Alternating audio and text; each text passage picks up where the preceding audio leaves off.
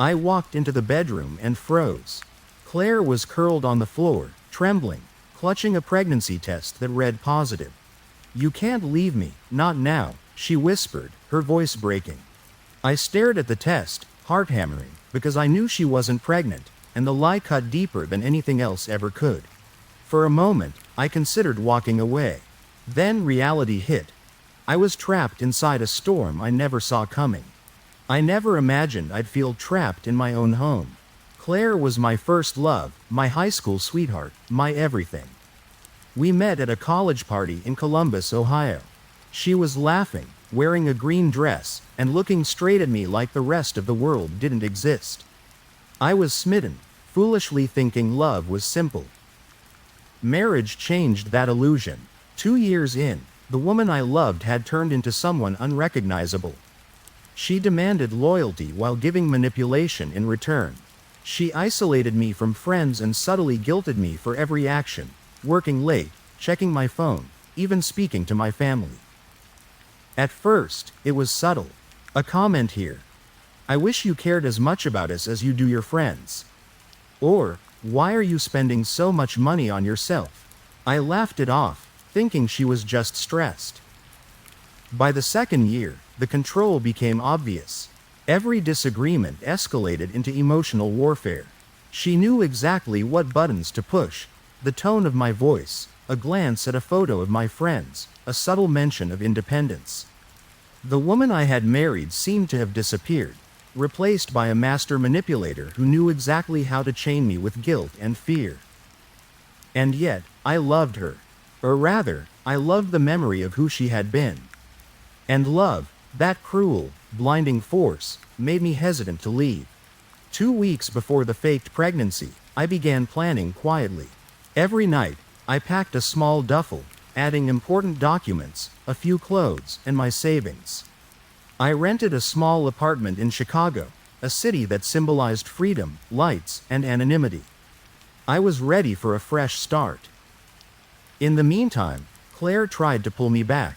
She brought home my favorite coffee from Starbucks every morning, cooked meals I hadn't had since college, and started complimenting me endlessly.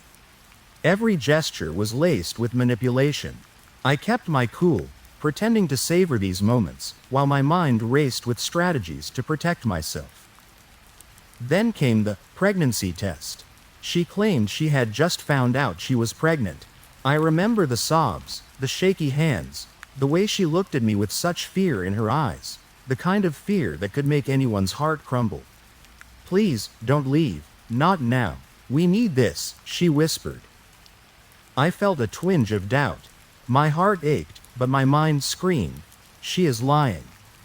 I confronted her that night, under the dim light of our Ohio apartment. "Claire, this test," I said quietly, holding it up. "It's fake. I know it." Her face drained of color. "What? No, you can't. I would never lie about this." I pressed further, voice calm but sharp. "I checked with your doctor. No appointment, no records. The lines on the test didn't even match the official ones. You lied. You made this up to trap me." Her expression twisted, fear, guilt, and desperation all at once.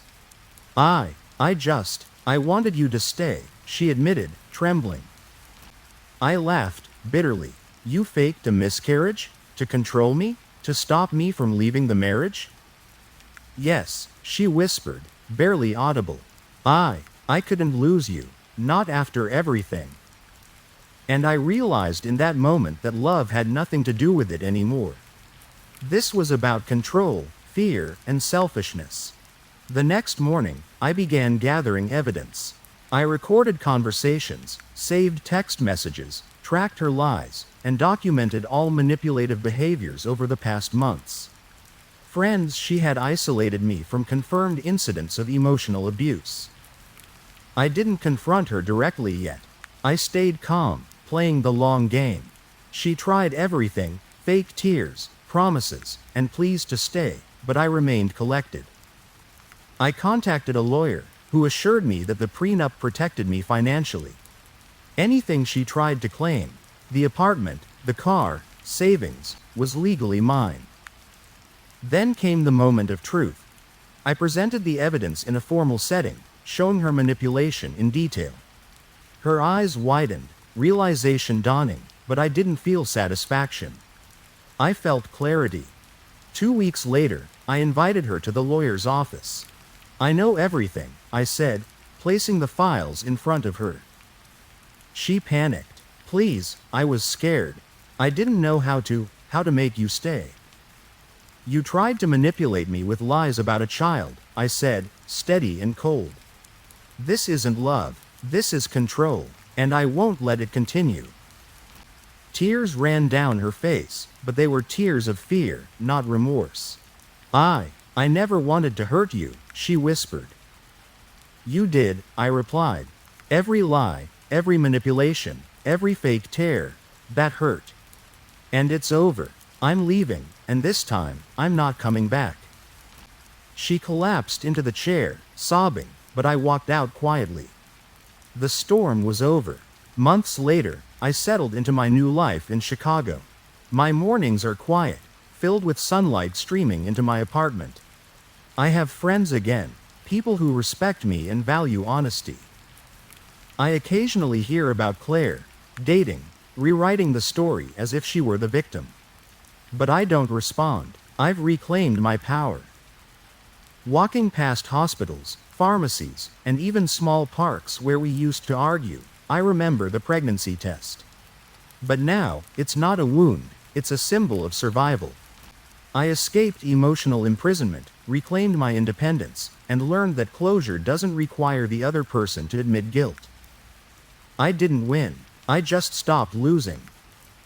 And for the first time in years, I feel free.